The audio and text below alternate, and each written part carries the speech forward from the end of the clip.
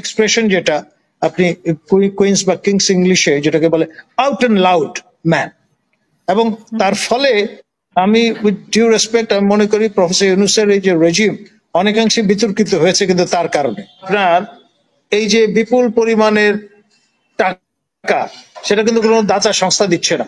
At the end of the day government of the people's republic of বাংলাদেশকে কিন্তু সেই বিলটা ফুট করতে হচ্ছে। আনার জন্য মুসাবিদা করেছেন এবং আইসিসিতে যাওয়ার প্রস্তুতি নিয়ে রেখেছেন বলে বিশ্বস্ত সূত্রে জানা গেছে, এবং এইটি ঠেকানোটাই ছিল মূল উদ্দেশ্য আপনার স্টামার মহোদয়ের সঙ্গে দেখা করবা, সেটি কিন্তু ফলবতী হয়নি।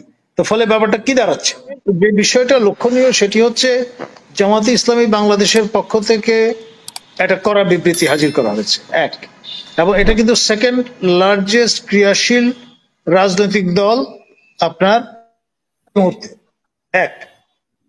দ্বিতীয়ত এনসিপির পক্ষ থেকে পাটোয়ারি মহোদয় তিনি কিন্তু অ্যাংরি রিয়াকশন প্রদান করেছেন। দুই, অনেকে ভাবছেন যে সবই কিন্তু মিটিকুলাস ডিজাইনের অংশ, একটা সাজানো পাতানো রিয়াকশন। আমি কিন্তু সেটা মনে করি না। Jamaat most dynamic political party আমাদের এই তল্লাটে, এবং তারা কিন্তু they can play according to the tune, সেভাবে তারা কিন্তু খেলে অভ্যস্ত। কিন্তু বর্তমানে যে অবস্থানটি তারা নিয়েছে, তারা কিন্তু এক ধরনের ব্ল্যাঙ্কেট এন্ডোর্সমেন্ট দিতে পারত এই লন্ডন সফরের তাৎপর্য নিয়ে, সেটা কিন্তু তারা করা থেকে বিরত থেকেছে এক। দ্বিতীয়ত তারা আপনার আওয়ামী লীগের পক্ষ থেকে যে মোবিলাইজেশনটা আমরা প্রত্যক্ষ করেছি লন্ডনে অ্যান্টাই ইউনুস, তার বিপরীতে তাদেরই অঙ্গ সংগঠন দাওয়াতুল ইসলামের পক্ষ থেকে কিন্তু তারা প্রো ইউনুস একটা স্ট্যান্ড সেখানে ভিজিবল করবার চেষ্টা করেছে।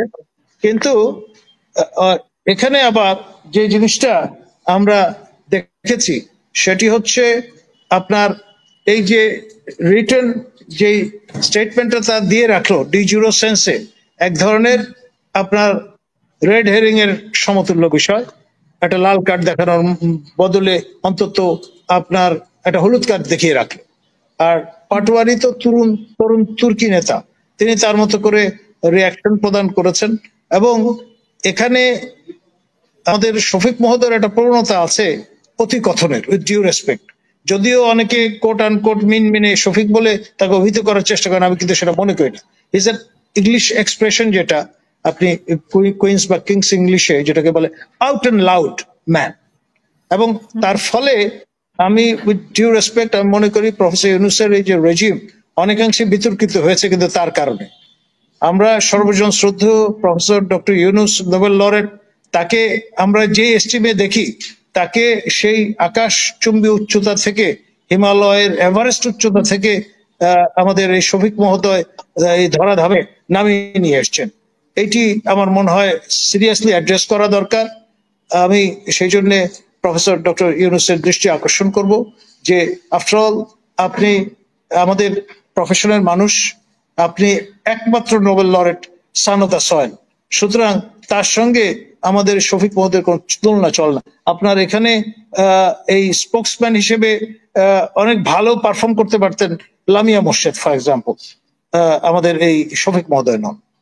আমি যেটি বলবো, at the end of the day tax পেয়ারের মানি, করের টাকা অপচয় হচ্ছে, এই বিষয়টা নিয়ে শেখ হাসিনার আমলে প্রচুর আপনার হিউম্যান ক্রাই হয়েছে।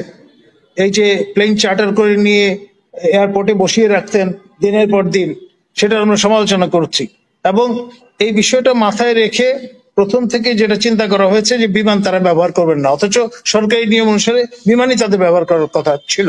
তারা ফার্স্ট ক্লাস এবং এক্সিকিউটিভ ক্লাসে করে আপনার এই এমিরেটসে বাণিজ্যিক এই ফ্লাইটে তারা সেখানে গিয়েছে, এবং সেটা থেকে বিতর্কের শুরু।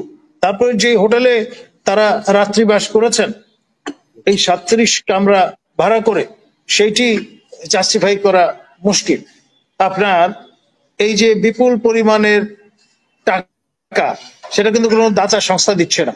এট the end of the day government of the people's republic of বাংলাদেশকে কিন্তু সেই বিলটা ফুট করতে হচ্ছে। তো ফলে আজ হোক কাল হোক এটার জবাব দিতে হবে। যখন ক্ষমতায় আপনি থাকবেন না তখনই কিন্তু এমনও প্রশ্ন উঠতে পারে যে টাকা ফেরত দিতে হবে, তখন কি করবেন? মানে সেই জন্য এটা সবসময় মনে রাখতে হবে যে ক্ষমতা চিরস্থায়ী নয়, এটা মৌরুষি পাট্টা নয়, এবং বিশেষ করে একটি অনির্বাচিত সরকার যখন ক্ষমতায় থাকে তাদের এইসব ব্যাপারে আরো বেশি মনোযোগী হতে হবে, চিপ পাবলিসিটি নেওয়ার চেষ্টা করাটা থেকে বিরত থাকতে হবে।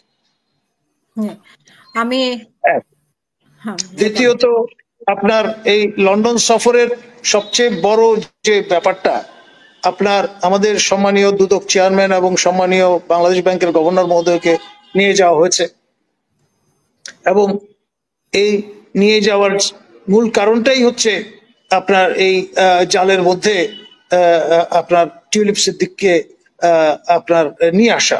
এখন সেটি তো চরমভাবে ব্যর্থ হয়েছে ইন এ ওয়ে, কারণ তিনি অলরেডি তাদের যে কমিশন সেটি দ্বারা ক্লিয়ার্ড হয়ে গেছেন। এটা জানার পরে এই অ্যাটেম্পটা নেওয়া ঠিক হয়নি। দ্বিতীয়ত, তাদের দৃষ্টিতে আপনি যদি দেখেন, এটি এক ধরনের ইনফ্রিঞ্জমেন্ট বা ইন্ট্রুশন ইনটু দেয়ার সভরেন ডিসিশন, সভরেন ইনস্টিটিউশন। সেখানে আমরা জ্যাঠামি করেছি ইন এ ওয়ে। দ্বিতীয় যে বিষয়টা, সেটা হচ্ছে আপনার উনি কায়দা করে তার যে চিঠিটা সেটি পাবলিক করে দিয়েছেন, এখন সবার ঘরে ঘরে। টিউলিপ সিদ্দিক তার কেয়ারফুলি ড্রাফটের যে চিঠিটা, তার মধ্য দিয়ে আপনার এই যে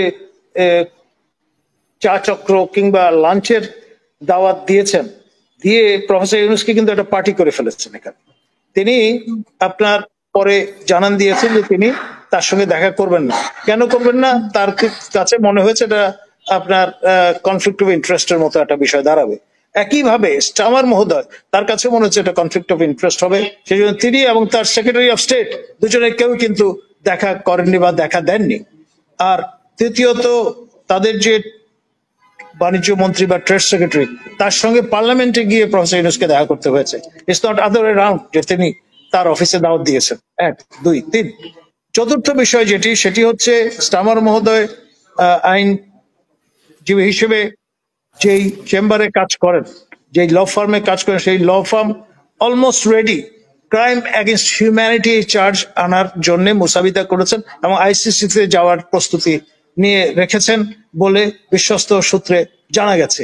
এবং এইটি ঠেকানোটাই ছিল মূল উদ্দেশ্য, আপনার স্টামার মহোদয়ের সঙ্গে দেখা করবার। সেটি কিন্তু ফলবতী হয়নি। তো ফলে ব্যাপারটা কি দাঁড়াচ্ছে, আপনার আলটিমেটলি এই যে মাথা কাটা যাওয়ার মতো একটা পরিস্থিতি কিন্তু তৈরি হতে পারে এখনো যদি আমাদের এই সরকার এবং সরকার প্রধান সতর্ক না হন। আমরা প্রফেসর ইউনূসকে পছন্দ করি, আমরা চাই তিনি বুক ফুলিয়ে মাথা উঁচু করে রেস্ট অফ দ্য লাইফ তিনি জীবন যাপন করবেন, জীবন ধারণ করবেন। ক্ষমতা চিরস্থায়ী নয়, আজকে আছে কালকে থাকবে না, কিন্তু তাকে আমরা চাই সর্বজন শ্রদ্ধেয় ব্যক্তিত্ব হিসেবেই মাথা উঁচু করে যাতে চলতে পারেন। এখন ক্রাইম এগেইনস্ট হিউম্যানিটি কিন্তু ভয়ঙ্কর মারাত্মক চার্জ, যেটির রেফারেন্স আমাদের প্রফেসর সাহেব দিচ্ছিলেন with reference to Netanyahu and others. এখানে সেরকম একটি পরিস্থিতিতে পড়ার ব্যাপারে সতর্ক হওয়া দরকার। আপনার শফিক মহোদয়দের এই ধূম্রজাল, এই প্যাম্পারিং স্টাইলের কথাবার্তায় মোহিত হয়ে যদি আপনি চোখ বুজে থাকেন, তাহলে কিন্তু পরে সমস্যা হবে এবং আমাদের জাতি হিসেবে সবার মাথা কাটা যাবে। এখনো সময় আছে। Be straight and be upright. ধন্যবাদ।